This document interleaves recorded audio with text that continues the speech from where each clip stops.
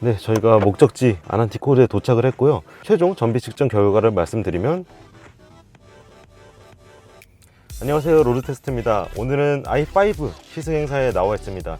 이미 BMW가 신형 5 시리즈 시승행사를 한번 열었었는데요. 그때는 저희 채널에 530i를 한번 소개해 드렸습니다. 그런데 그때보다 더 여유로운 시간을 가지고 오늘 i5 전기차 버전이죠, 이 차를 시승해 볼 수 있는 시간을 마련해 주셔서 오늘 지금 삼성동에 나와 있습니다. 저희는 지금 삼성역에서 경기도 가평에 있는 아난티코드라는 곳까지 가려고 합니다. 오늘 전기차를 타고 장거리를 가는 김에 전비 테스트도 한번 해보려고 해요. i5의 실제 주행거리가 어느 정도일지 이 부분에 집중해서 오늘 시승을 해볼 거고요. 또 오늘 530i를 시승했던 임정환 기자도 지금 같이 타고 있는데, 이 내연기관 5 시리즈와 전기차 5 시리즈는 느낌이 어떻게 다를지도 한번 여러분께 소개해 드리도록 하겠습니다. 일단 저희가 타고 있는 시승차는 i5 eDrive 40입니다.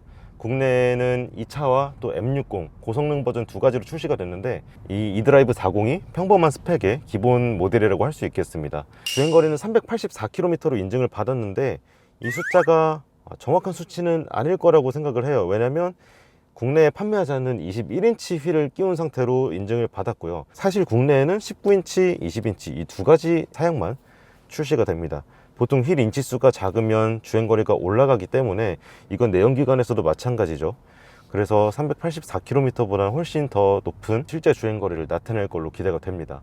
지금 저희가 시승차를 받고 막 3분 정도 운전을 시작했는데 배터리 잔량은 98%고요. 지금 잔여 주행거리가 441km입니다. 네, 이미 60km 정도 더 긴 주행거리가 확보가 되어 있는데, 오늘 목적지에 도착할 때까지 숫자가 어떻게 줄어드는지 한번 보겠습니다. 지금 출발한 지 얼마 안 됐지만 짧게 이 차의 첫인상을 한번 소개해 드리자면요, 일단 저는 신형 5 시리즈를 아예 처음 타봅니다. 네, 풀체인지 모델이고 디자인도 정말 많이 바뀌었고 했는데, 저는 이전에 7 시리즈를 타봤는데 일단 디자인적으로 7 시리즈와 많이 비슷해졌잖아요. 이 실내에 들어간 커브드 디스플레이나 여기 인터랙션 바라고 부르는 아주 두껍게 들어간 앰비언트 라이트, 이런 디자인이나 많은 것들이 7 시리즈와 닮아졌는데, 이 디자인뿐만 아니라 몸으로 느끼는 것도 7 시리즈와 되게 가까워진 것 같습니다. 일단 운전 느낌을 제외하더라도 이 여러 가지 버튼들을 조작하는 느낌 하나하나가 우아해진 것 같아요. 튀어나와 있는 전자식 기어 노브에서 이렇게 짧은 크리스탈 기어 노브로 바뀌었죠. 이걸 가볍게 딱딱 누르는 과정도 뭔가 기존 5 시리즈보단 더 고급차를 탄 느낌이 들고, 또 시트를 조절하는데 보통 저희가 전동식 시트를 조절하게 되면 버튼을 누르자마자 똑같은 속도로 확 움직이잖아요. 그런데 이 차 시트는 마치 KTX가 기차 플랫폼에서 정말 천천히 출발하는 것처럼 누르자마자는 거의 속도가 안 납니다. 그리고 조금씩 작동 속도를 높이면서 몸이 굉장히 부드럽게 움직이도록 시트를 조절해 주고 있어요. 거기다가 조금은 부드러워진 이 차의 승차감, 신형 5 시리즈가 이전 세대 대비 다들 부드러워졌다고 평가를 했죠. 저도 이 느낌이 어떨까 굉장히 실제로 궁금했는데, 이 부드러워진 하체에 전기차만의 매끈함이 더해지니까 이게 스포츠 세단을 타는 느낌이라기보단 의전용 차를 운전하는 그런 느낌이 더 드는 것 같습니다. 자, 오늘 메인 컨텐츠가 주행거리 테스트인 만큼 지금 저희가 운전하고 있는 조건부터 말씀을 드리겠습니다. 일단 이 차에는 성인 남성 3명이 타 있고요. 외기 온도는 영상 8도, 그리고 에어컨 온도는 21도로 맞춰놨습니다. 통풍이나 열선 이런 것들은 작동하지 않았고요. 이 차의 복합 전비가 1kWh당 4.1km인데 지금 대략 9km를 달린 결과 1kWh당 5.1km가 나오고 있네요. 이 차는 또 회생제동 모드가 여러 가지 있습니다. 이 화면을 위해서 아래로 내리면 구동장치 및 차체에서 이렇게 변속 모드 뒤에서의 회생제동을 고르실 수 있어요. 기본적으로 높음, 중간, 낮음이 있고 맨 위에 적응식이 있는데, 이 적응식으로 세팅을 하면요, 앞차와의 거리, 이런 교통 흐름을 계산해서 회생제동 강도를 실시간으로 조정을 합니다. 지금처럼 앞차와 일정한 거리를 두고 달릴 때는 회생제동을 거의 걸지 않아요. 그런데 앞차와 가까워지면서 가속 페달에서 발을 떼면 속도가 확 줄어듭니다. 그런데 이 확 줄어드는 느낌이 되게 부담스럽지가 않고, 여러분들 반자율 주행 기능 키셨을 때 앞차랑 가까워질 때 있죠. 그때 느낌 정도로 거리를 줄여줍니다. 그래서 저는 이 기능을 처음에는 어색했는데 BMW 시승차를 탈 때마다 쓰고 있거든요. 저희 같은 자동차 기자들은 정말 가끔씩 이런 차들을 타는데, 오랜만에 탔는데도 이렇게 편안하게 쓸 수 있는 걸 보면 이 BMW 적응식 회생제동 모드의 완성도, 그런 작동 방식은 굉장히 자연스럽고 부드럽다는 느낌이 듭니다. 그래서 오늘 전비왕도 뽑는다고 하셨는데 저는 일단 이 적응식으로 끝까지 가보겠습니다. 자, 이 차의 디자인 얘기를 한번 해볼까요?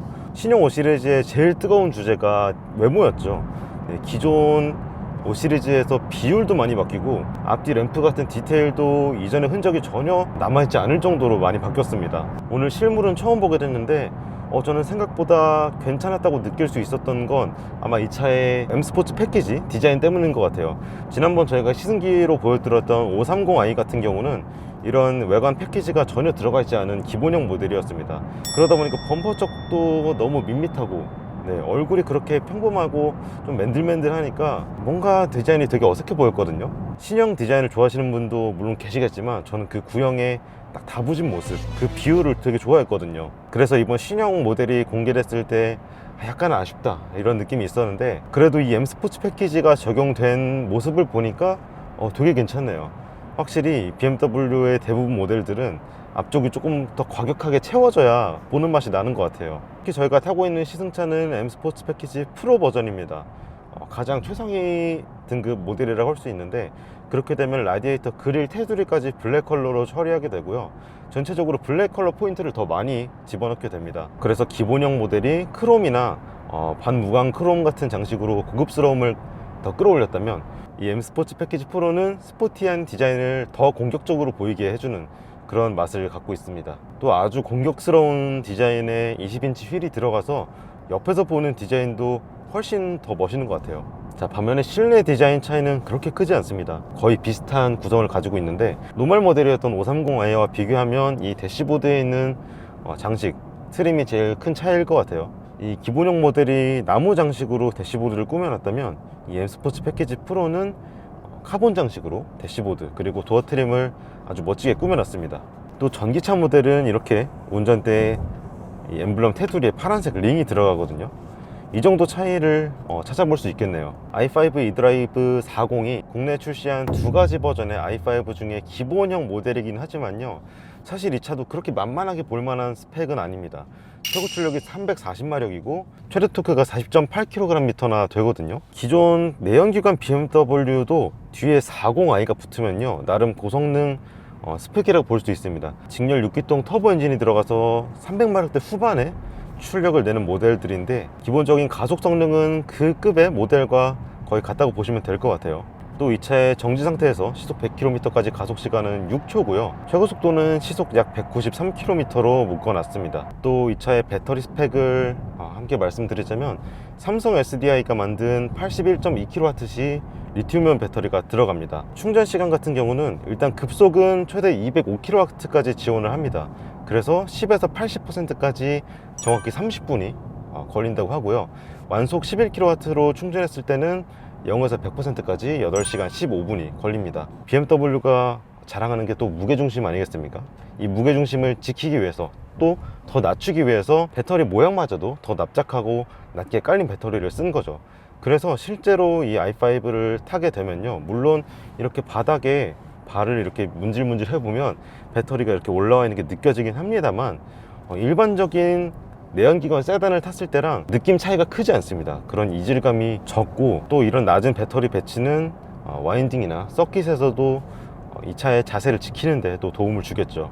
이렇게 납작한 배터리를 쓰다 보니까 주행거리나 주행 성능 이런 것 뿐만이 아니라 실내 공간에서도 더 유리한 면이 있습니다. 일단 지금 제 바로 뒷자리에 임정환 기자가 타 있는데 키가 183이거든요 그런데 EQE에 앉았을 때 벤츠 EQE의 뒷자리보다 더 헤드룸과 다리 공간에 여유가 있다고 하네요. 특히 EQE는 지붕에서부터 매끄럽게 떨어지는 거의 쿠페형 디자인이다 보니까 안 그래도 헤드룸에서 불리한 면이 있는데, 바닥까지 껑충 올라왔기 때문에 키가 큰 분들은 머리 공간이 부족하다는 그런 단점이 있었습니다.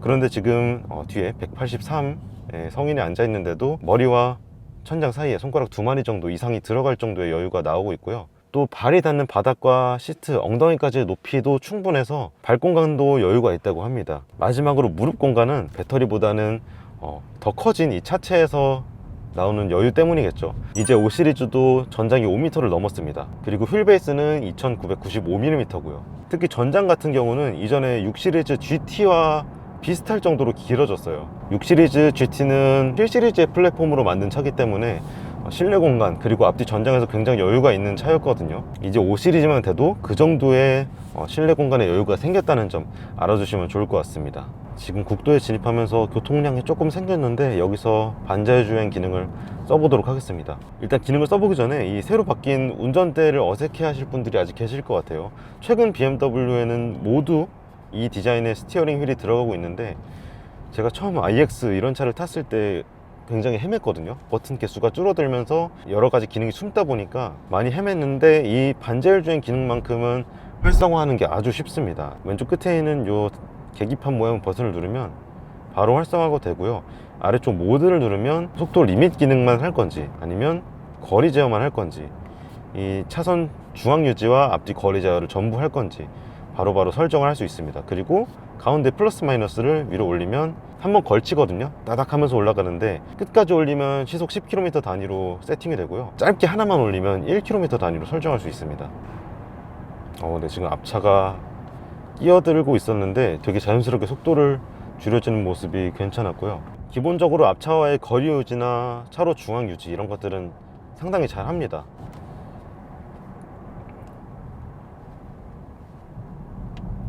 지금 살짝 너무 민감해서 네, 속도를 줄인 모습인데 어쨌든 이런 기능의 기준들은 보수적인 게 좋죠. 네, 지금 노면이 안 좋은 곳을 계속 지나고 있는데 이 차의 하체가 부드러워졌다 이런 평을 많이 듣고 설마 그렇게까지 물렁해졌을까 라는 생각을 하긴 했거든요.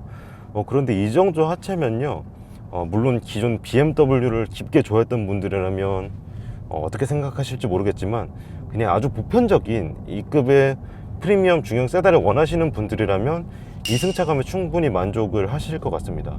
방지턱을 넘어갈 때 느낌도 네, 아주 부드럽고 좋은데요. 물론 이거는 내연기관 버전과 조금 차이는 있을 수 있습니다. 스펙이 다른 게 이 차는 520i 대비 거의 300kg이 더 무겁고요. 이 배터리 무게로 인한 전체 공차 중량 증가를 대비하기 위해서인지 이 i5의 모든 트림에는 뒷차 축에 에어 서스펜션이 들어갑니다. 그래서 기존 코일 스프링 서스펜션보다 이런 노면 잔진동에 더 잘 대응할 수 있는 그런 신체적 조건을 갖추고 있어요. 그래서 더 좋게 느껴질 수도 있겠는데 네, 이런 B급 도로에서의 승차감은 네, 아주 만족스럽습니다. 네, BMW가 전비 테스트를 하라고 해놓고 저희를 중비산으로 끌고 왔습니다. 여기서 오늘 차 3대가 움직이고 있는데 여기서 다들 전비를 지킬 수 있으실지 모르겠어요. 일단 저도 가볍게 한번 달려보도록 하겠습니다. 네, 여러분 지금 코너를 사뿐사뿐히 한번 타보고 있는데 일단 기본적으로 출력이 되니까 언덕을 올라갈 때도 전혀 힘이 부족하다 이런 느낌은 받을 수가 없고, 또 코너에서 묵직하게 눌러주는 맛이나 또 코너를 도는 중에 가속하면서 이 차가 어디까지 버텨줄 수 있을까 이걸 알아가는 그 과정이 무섭지가 않고 딱 재밌을 정도의 레벨을 갖고 있는 것 같습니다. 그리고 530i를 타봤던 임정환 기자의 말을 빌려보면 기본형 모델은 조금 더 무른 타입의 서스펜션을 갖고 있어서 이런 도로에서 가지고 놀기에는 조금 애매한 그런 하체를 갖고 있었다고 하는데 얘는 딱 좋은 것 같아요. 이렇게 부드러운 승차감까지 만들어내면서 이 코너에서는 적당히 무게감을 잘 버텨주는 모습, 네, 이런 부분은 확실히 BMW가 맞긴 한 것 같습니다. 물론 어떤 차가 더 빠르냐를 떠나서 구형과 신형 이 둘 중에 어떤 차가 더 재밌냐를 따져보면 또 재밌을 것 같은데, 구형 오너분들이 이 차를 타셨을 때 어떻게 소감을 말씀하실지 되게 궁금하네요. 하체가 부드러워진 5 시리즈를 조금이라도 더 재밌게 타기 위해선 N스포츠 서스펜션은 필수다 이렇게 말씀드릴 수 있을 것 같습니다. 또 고속도로에서나 이런 와인딩에서나 정숙성이 굉장히 돋보이네요. 하부 방음은 기본이고 이 유리창이 이중접합이 아니거든요. 그리고 두께도 엄청나게 두꺼운 것 같진 않은데 풍절음도 아주 잘 억제가 되어 있고, 이 와인딩 코스에서 속도를 내면서 달리면은 되게 이질감이 들 정도입니다. 마치 음소거를 해놓고 레이싱 게임을 하는 그런 느낌이 들어요. 이제 저희 목적지에 거의 다 와가는데 지금 와인딩을 타면서 배터리를 너무 많이 써가지고 남은 시간은 최대한 이 전비를 아껴가면서 타보도록 하겠습니다. 네, 저희가 목적지 아난티코르에 도착을 했고요. 최종 전비 측정 결과를 말씀드리면 저희가 66.6km를 달려서 1kW 시당 5.1km의 전비를 얻어냈습니다. 네, 복합 전비가 4.1이니까 복합 수치보다 훨씬 잘 나왔고, 중간에 저희가 산에서 좀 재밌게 달렸던 부분도 감안하면 충분히 만족스러운 전비가 나온 것 같습니다. 그리고 이 차가 인증받은 주행거리가 얼마나 보수적으로 측정된 값인지도 알게 됐네요. 지금 잔여 주행거리가 370km인데 오늘 달린 주행거리를 더하면 못해도 430km 이상이 나오거든요. 그리고 배터리 잔량은 정확히 16%가 빠져서 82%가 남아 있습니다. 오늘 타본 이 M 스포츠 패키지가 들어간 i5, 이 차는 확실히 기존 BMW 팬분들도 정말 재밌게 즐기실 수 있고 또 더 나은 승차감도 누릴 수 있는 그런 아주 완성도가 괜찮은 차인 것 같습니다. 그럼 오늘 시승 여기서 마치고요. 저는 다음번에 또 다른 차와 함께 돌아오겠습니다. 감사합니다.